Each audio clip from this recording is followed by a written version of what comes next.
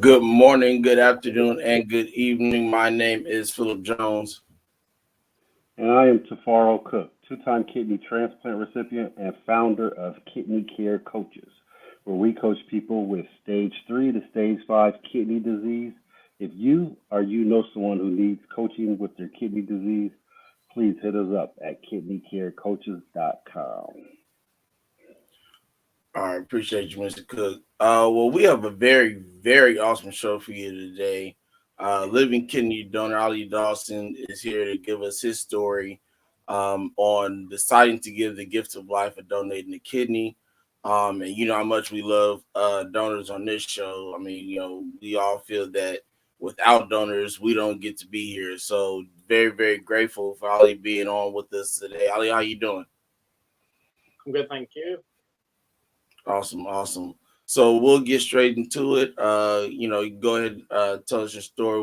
We'll try to get to the questions after you finish. So I donated a kidney to one of the ladies who was teaching me when I was a student. I met her when I was a student when I was studying radiography, and she really stood out to me. She always helped students a lot, and when I found out she was having dialysis, it was like my heart told me to offer, and we were successful with the transplant, and she's doing really well now. Awesome. How old were you when you gave the when you became a donor? It was just after my 30th birthday. Did you say 30th birthday? Yes. Okay, cool. How is she doing now? She's doing really well now. No more dialysis, and she goes on. It's nice to see her kind of journey. She goes on holidays, and it's just so nice to see her living a normal life, not worrying about the next transplant, the next dialysis session. I can understand that. Now let me ask you something. You were in college and you found out that she needed a kidney, and that's how you guys came together with that. No, it was actually after I'd finished all my studies, and I'd started working, and that's when I found out that I hadn't even been in touch with her for 5 years as well. How did you find out? Her sister put, because she's quite private. She's got a twin sister, Okay. and her twin sister put up a picture of some cards and flowers that Sonia received from her work colleagues. And I just messaged her on Facebook, and I said, "Oh, what's up? Are you okay? I hope you're all good." And then she told me about her being on dialysis, and she's got kidney failure, and that's how it kind of started. Were you familiar with anything like this? Have you ever known anybody to experience kidney disease? Was you aware of how to be a donor, anything like that? Talk to us about that. Any of that. I did a lot of research once I found out, and I read a lot about kidney disease. Okay. Tell us about your process over there in the UK and what you had to do to become a donor. Can you tell us the process of that? Yes. So here we have. There's always a transplant nurse coordinator at whichever hospital you have in your dialysis. So once I agreed to do it, I had to speak to the transplant nurse, and it's a really long process. You have to do lots of CT scans, ultrasound scans, MRIs. You even see a psychologist to make sure that you're 100% sure what you're doing, and you're not doing it to receive any money or anything like that. Right. And so we had to go through all these tests, and there's a tissue matching test as well we had to do. And all along the process, everything just kept coming back as a match. So it was kind of like it was fate. Right. That's awesome. Now, can you tell us, like, how long was the process before when you said yes, I want to be a donor, till she received the kidney and is doing good? How long was that process? Um, I remember it was April when I started doing the tests, and it was Christmas Eve when we got the all clear from the surgeons and the nurses and all the tests. And I always remember Sonia was really, really happy, and um, we both couldn't believe it was definitely happening and it was going ahead. It was a good kind of Christmas gift as well. That's definitely true, man. That's like the gift that keeps on giving. That's like the best gift you could ever get. My first transplant was around Christmas time. My sister had came home from college, and I came home from college, and I received my first transplant. It was the gift of the gift that keeps on giving. Like I said, and it was like 3 days before Christmas, so I didn't even need anything underneath the tree. I was just so happy to have that gift at that time. So that's remarkable. That's amazing. And did you yourself as being a donor, did you have to go through anything challenging with this process? Did you have to lose weight or any evaluations that was okay? No, it was all kind of straightforward. Okay. All right. And did she have any other challenges besides, like, do you know her kidney disease? What caused her to have a disease? Yeah, her Sonia and her twin sister Susanna have both got polycystic kidney disease. Yeah, yeah, yeah. Her kidney function in the end was just before the surgery was 6%. hmm She was How long doing was she on? three I'm times a sorry. week, Yeah. 3 times a day. Okay. Yeah. For those of you that out there, polycystic kidney disease is like they're like cysts on the kidneys, and it's a hereditary disease that can run through families.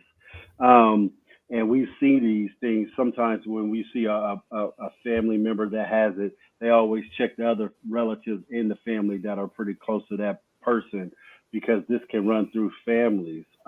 Is her twin sister? Is she having any challenges with this same disease?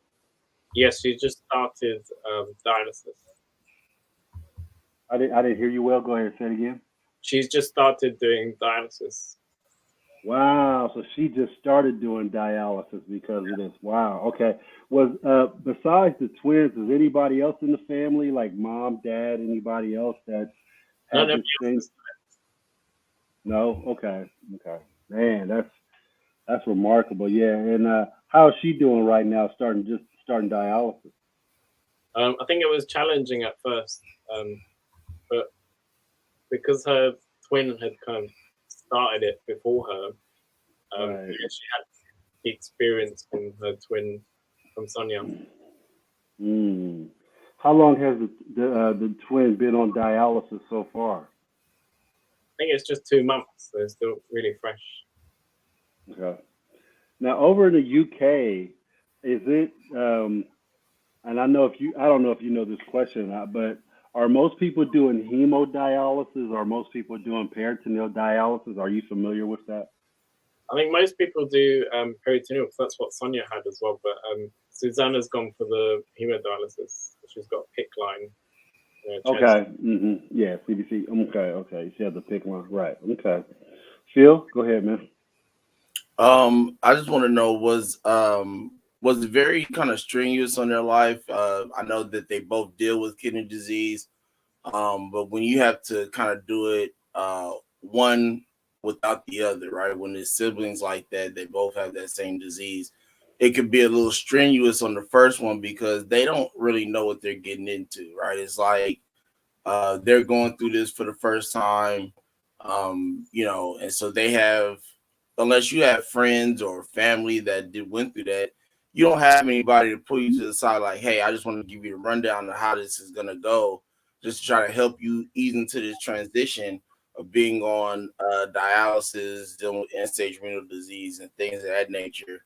Um, was it harder for the first twin to go through that as opposed to the one that's doing it now, seeing that she can turn to her and say, hey, what was the biggest things that you went through? or things that she can ask her these questions because she went through it. So is there like a difference in the way that they're going through this, or is it kind of the same? Yeah, I think this time around it's a lot more smoother because when Sonia was doing it, it was all new and they didn't really know much about it. And it was really difficult. I remember she had to plan her whole, even if she was doing a social event like going to the cinema, she had to plan how many hours the film would be, and then to get back in time to do the next dialysis session. Whereas now I think because Suzanne is only doing, I think it's 3 times a week with a hemodialysis, she can plan her life around a lot better. Mm. Yeah, that's true because and you said the other one was doing peritoneal. I remember doing. And let me ask you this: was she doing manual peritoneal, or do you know if it was the cycler she did it at night? Are you familiar with that? Yeah, she was just doing it, the manual one during the day. Right, right. And that's how I did mine. I did manual. I had to do five treatments a day when I did it. So exactly right, because I own my own fitness studio, and I had to do my dialysis and then train my clients, go back home, do my dialysis during the day. So you had to time it kind of right, and I clearly understand that. And so the other twin right now is doing hemodialysis, correct? Yes, she goes off to hospital 3 times a week, and then. But I think they're trying to set it up so they could do it at home as well. So she's having all the training from the nurses. That's home hemo. She's gonna do home hemo. Yeah. Okay. What is I wonder what. Go ahead. I'm what sorry. is Go ahead. her energy level like with in-center hemodialysis? Because I know that's one of the main things that a lot of people deal with. I know I dealt with that as well. When I did in-center hemodialysis, my energy level, it takes a lot out of you because it's a different process than doing home dialysis. Home dialysis on the cycler is a slower process, which doesn't take so much energy out of you when you get done, which is why a lot of people choose it, because when they get off, they can go about their day, do whatever daily things they need to do with that energy and move, quickly, as opposed to hemodialysis uh, where it's a faster process in a shorter amount of time. So what is her energy like? Is she able to do things when she gets done, or does she need to rest? How does that go for her? Yes, I think right now she needs to. She gets a lot of headaches afterwards. And, she just needs to rest. But hopefully, when she does it at home, it'll be a lot better. Right, right, right. I got a question right here. Alexandria said, maybe I missed out, but how old were they when she was doing dialysis? So how old is the twin when she's doing dialysis? I think Sonia was 42 when she started, and Okay. Susanna is 45. No, they're 46 now. 46. Okay. Okay. Cool. The question right here, Bella says, is after my godson gave me a kidney, many people would ask him if there was anything he was experiencing that wasn't prior to the transplant. And he said he urinates a bit more often. How about you, Ali? Is that true? Do you urinate a little bit more, Ali? Any differences with your body now? Anything? No, I can do everything I was doing as before, and I don't have any differences really. I think, in fact, I'm more healthier now because I'm more conscious of healthy eating, and I definitely drink. I make it my challenge for the day to drink at least 2 liters of water a day. Mm-hmm. Whereas before, I wasn't really drinking much, so I don't know how. It was kind of lucky my kidney was healthy. Right. That's amazing. One thing I could say about that is the people who I do know that become donors, one thing I hear all the time is they become a little bit more conscious about their health because of what they went through and what they saw somebody else experience. and then they gave a kidney also. So it's kind of like on your radar now to drink water, eat probably a little bit more plant-based diet. Just that consciousness makes it a big difference in your life where you start being a little bit more self-aware of what you're going to put in your body, maybe exercise a little bit more and all these things like that as well. So I hear that across the board. What was your recovery process like? It was a good 2 months of just resting and making sure that the surgery sites were clean and so they wouldn't get infected. Right, right. Were there any restrictions that you had to follow after outside of like heavy lifting and things like that, like you said, because of the healing of the incision? Did they make tell you that you had any restrictions before you can kind of get back to your regular life?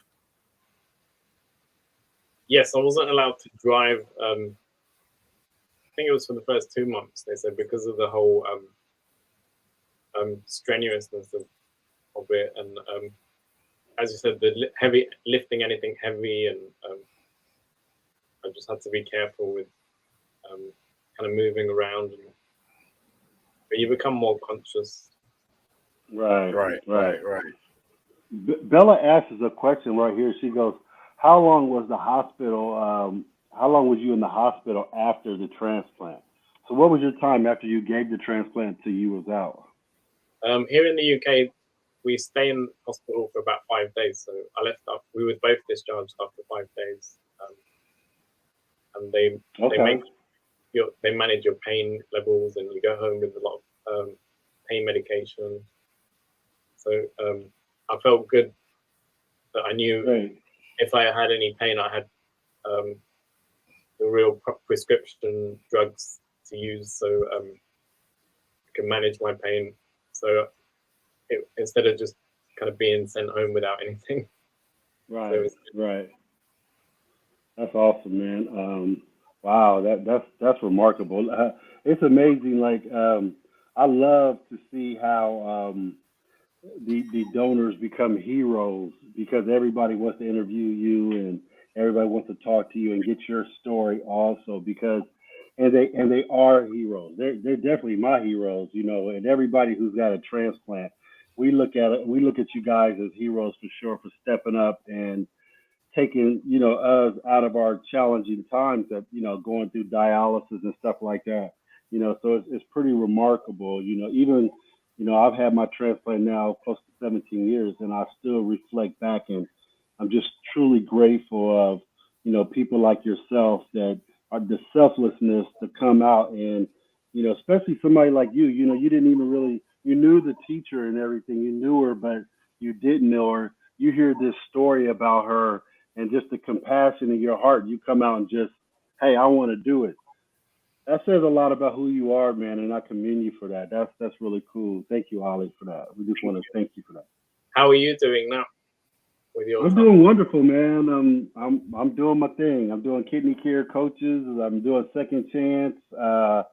I'll be speaking here next week at TGA, Tampa General, TGH rather. So I'm truly blessed. My goal is to give back as much as possible, man. As hopefully, your receiver who received the kidney, hopefully she does some beautiful things too like this, and I'm pretty sure she is. So. Well, that's great to hear. Awesome. Let me ask you this: how do you feel about being a donor now compared to when you made the decision? Because I know it's have to be, a different feeling, whether it's slightly or a big difference, because you go into it like, hey, I just want to go and help this person out. And then you did it. I think you have to kind of rethink on what you just did and exactly the magnitude of what you just did in saving someone's life. So how do you feel now as a donor compared to going into it? To be honest, I kind of forget about it until lovely people like you guys come along and ask for interviews, and then it just kind of reminds you of what I've done. Right. We just had a question from Sahad Fernandez, and he says, "Did you have any side effects after your transplant?" No, there were no side effects or anything, Okay. and I could do everything I was doing as before, like going to the gym and drinking and everything. It's like nothing's really changed. Okay. But I was able to help somebody else. Right. And I think the helping is contagious, man. I think when other people see your story, hopefully, that contagious wears on them where they go, hey, I think I want to give too. And because when our hearts as human beings, when we see somebody in need, our spirit reaches out and wants to, be that person that can help them because we can. And that's a beautiful thing though. So. Thank you. So we have a question here from Bella that says, usually it's said that the donor is in more pain than the recipient. That was the case for me and my godson. I felt bad because I didn't want him to be in more pain than I was. Ali, were you in more pain than she was, or was it the opposite way around? No, I think I wasn't in more pain. I think we were lucky. We had all the pain drips and morphine, and the nurses were amazing at Guy's Hospital. Yeah, we didn't really experience a lot of pain. And what hospital is this again that you had that the transplant was performed at? Guy's St. Thomas's Hospital in London. Okay. Now, did they do your surgery arthroscopic, like with the arthroscopic, or did they? Okay, that's what I was wanting to know. Yeah. Keyhole surgery. So I've got 3 incision sites: one for the camera, one for the arthroscopy machine, and then the other one for the taking it out. Yeah, that's a beautiful way how they do things now, man. My first transplant was a big scar across my stomach and my sister's stomach. Yeah, I remember they used to do it like a big L shape. Yeah, that's how they used to do it. But now with the non-invasive way they do it in technology is amazing, man. How they can just go in and do it like that and don't even have too much pain, and it cuts down on the recovery time, and it cuts down on the pain, less invasive, and all of those things. So that's pretty remarkable. Do you want to go to a commercial right now? Yeah, actually, I was just going to do that, and then we'll come back and ask our last few questions and wrap it up. Okay.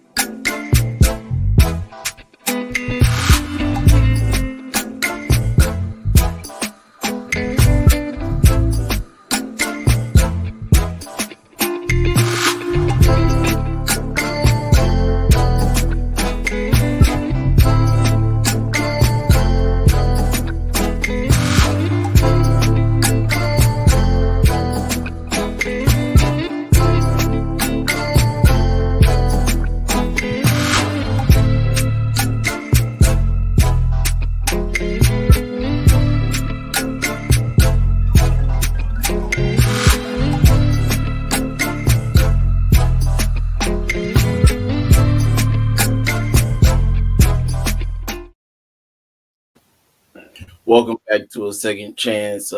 Ms. Cook, you have any more questions? Yes, I wanted to ask.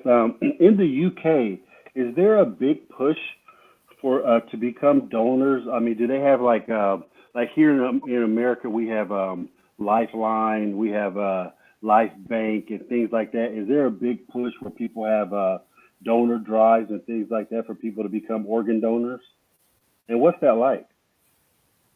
Yes, I'm actually a part of a. I'm an organ donation ambassador for NHS Blood and Transplant, and we're a host of about 30 to 40 ambassadors who go around the UK, and we try and raise awareness about our stories, and we do lots of stands and in like small events or in hospitals to try and raise awareness.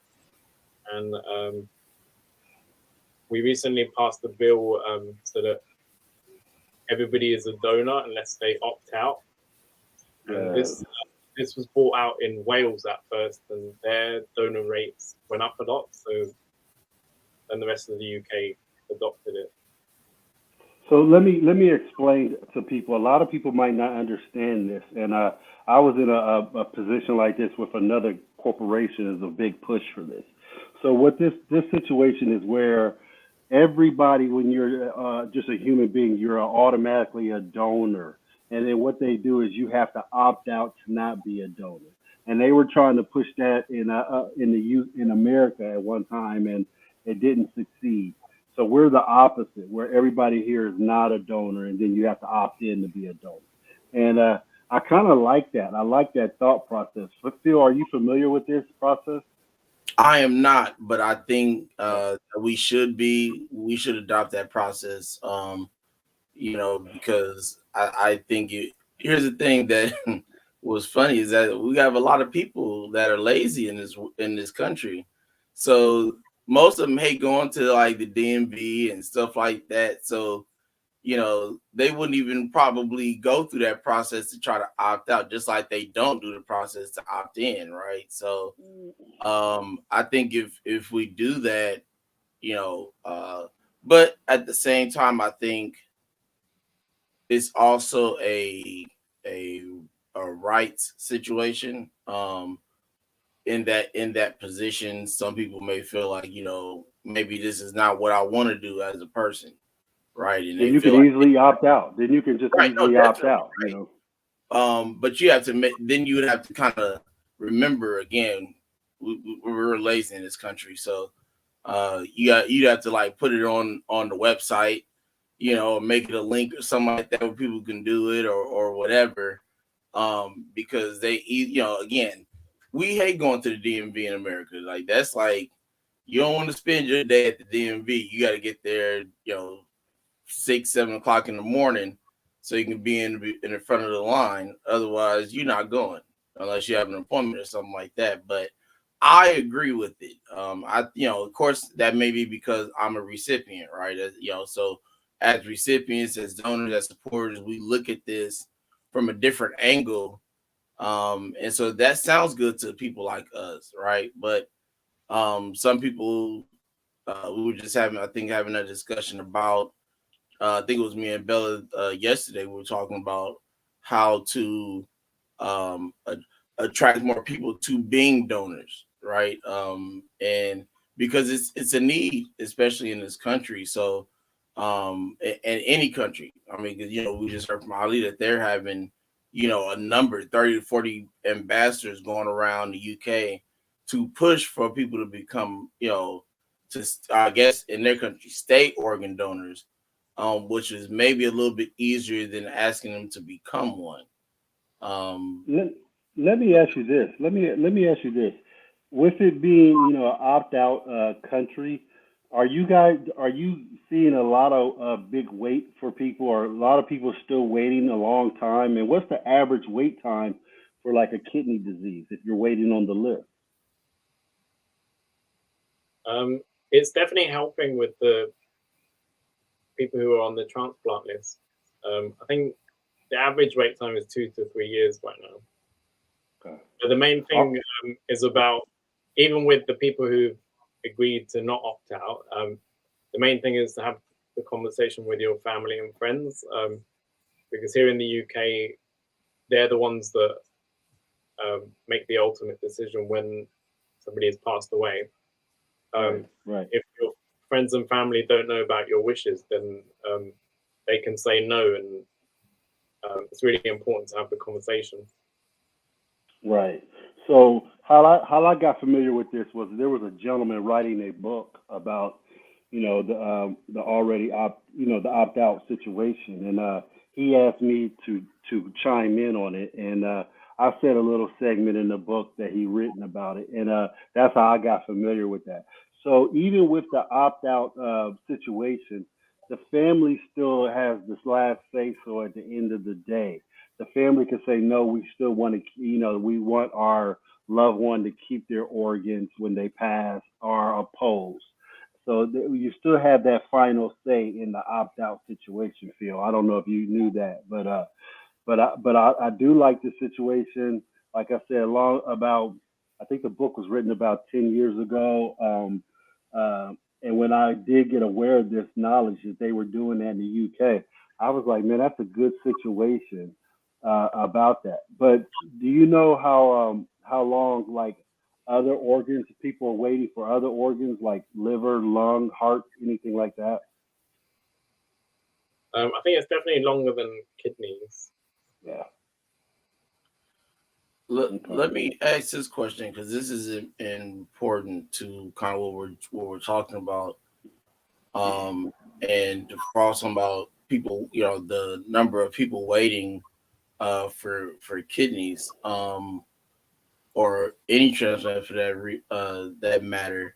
What is, how can I phrase this?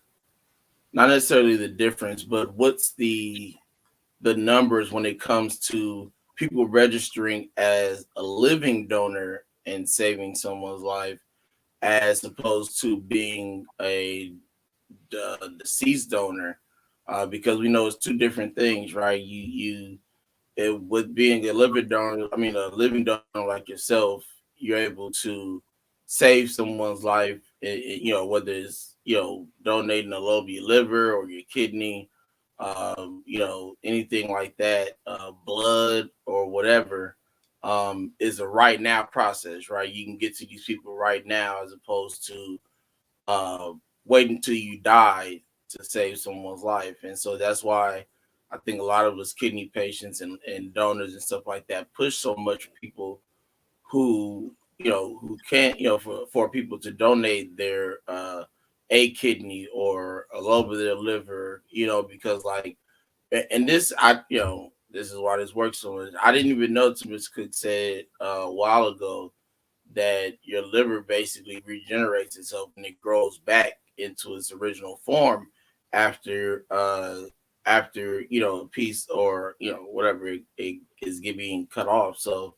um the push for donors in general is important, right? But I think what what we need to push for, and I'll take it either way. I'll just be happy when people start deciding to register as a donor in general, to be able to save someone's life after the fact. But we definitely need more people like yourself, Ali, who are living donors, to be able to say, hey, I don't mind donating my kidney now, or I don't mind donating a piece of my liver now to save someone. Of course, we know, heart, lungs, stuff like that. Those are things that have to wait till someone passes in order to uh, make that transition from a deceased donor to a living donor. But why waste the time now when you can do it now as opposed to waiting?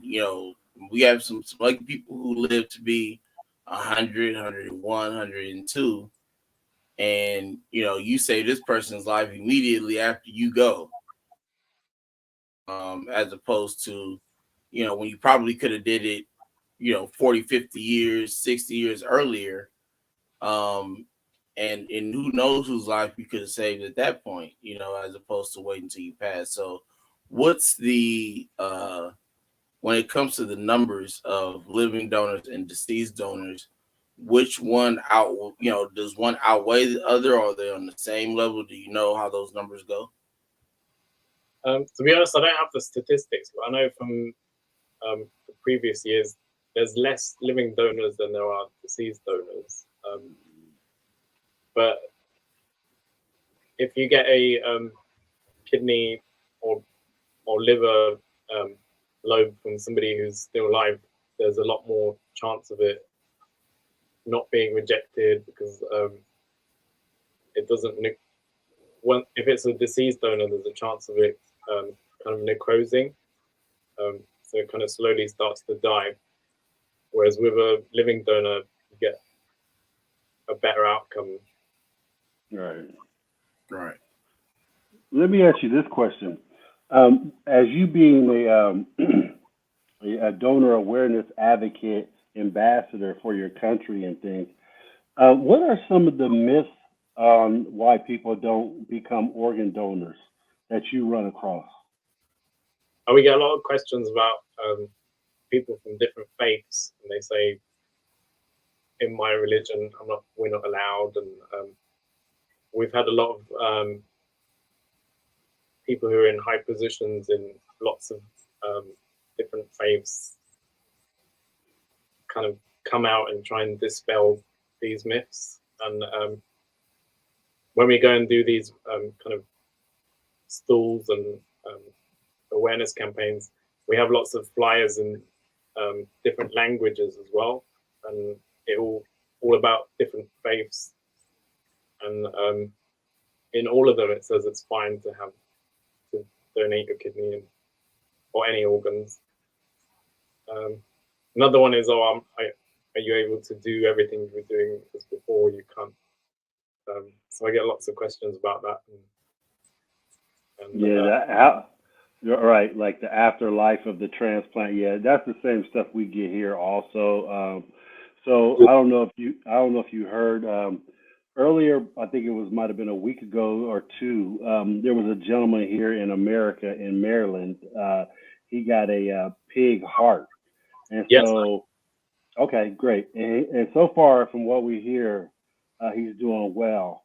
But there was a couple of I don't want to say myths, but drawbacks. And some of the drawbacks were, some of the religions talking about, is it possible, they don't like, pig and things like that to put in your body.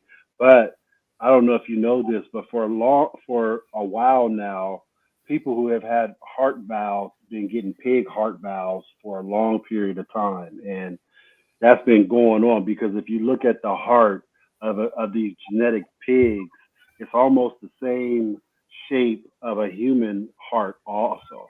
So I just wanted to say that. But man, we're glad to have you on our show. I'm glad to have met you. I have no more questions. Phil, do your thing. I have one last question before we go. And I waited to the end for this question. What was it that made you go from not knowing about kidney disease to wanting to be an advocate to raise awareness for it after becoming a donor? Was it something that just kind of sparked your interest? Did you just say, this is, interesting? Like what information did you get that made you make that transition into being an advocate to raise awareness for kidney transplant, living donors in general? While I was kind of doing the workup for the surgery, I was reading a lot of websites and reading a lot of books about kidney disease, and I found a few groups on Facebook, and one of them I kind of co-founded called Donate UK, and it's all just people who are donors or who've donated already. So it's a donor group, and we all kind of helped each other with questions we had or anything wrong process. And I think that really helped. And I'm part of a peer program at the hospital where I donated, and we help a lot of people who've got any questions to help each other out. and our story kind of went viral through Facebook once I had the surgery, and then we were in all the UK newspapers, and we went on TV and did interviews and on the radio, and it actually got to New York Times, I think it was, as well. So it's good to be that we were raising awareness over there as well. Awesome, man. That's awesome. And then once they started the ambassador program, I just really wanted to help out more people and try and raise more awareness. That's how I got into it. Awesome. Well, again, Ollie, we appreciate you taking the time to come on our show. We definitely need more people like you who don't mind, raising that awareness for living donors, for donors in general, because it's a need. We need more people like yourself to be able to step in and say, hey, we need more donors. We need you to become one to save some more lives. So we definitely appreciate you taking your time in that capacity, as well as being on Second Chance to tell your story. Well done.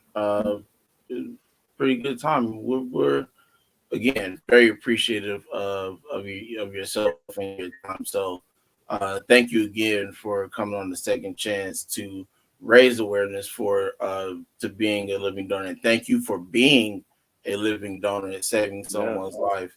Again, Mr. Cook said earlier, you are a hero, and that is definitely one of the best words to use for this situation. So thank you again for your time. Thank you again for donating your kidney to someone and giving the gift of life. We greatly appreciate you. Thank you very much for having me and for your viewers. And if I could just leave with one last line, would be to please have the conversation with your friends and family and make sure that they're aware of your organ donation wishes. And you never know, it might inspire someone else to become a donor, knowing that you're open to it as well. Yes, I believe. Yeah, well put. I believe that, because this kind of podcast right here and what he just said is very, very inspiring. So we hope other people out there hear what Ollie said, and hopefully it resonates. Thank you again. We appreciate everything. Thank you. Awesome. Have a great night. We appreciate you and your time. We'll be speaking to you soon. All right. Take care, guys. Stay safe.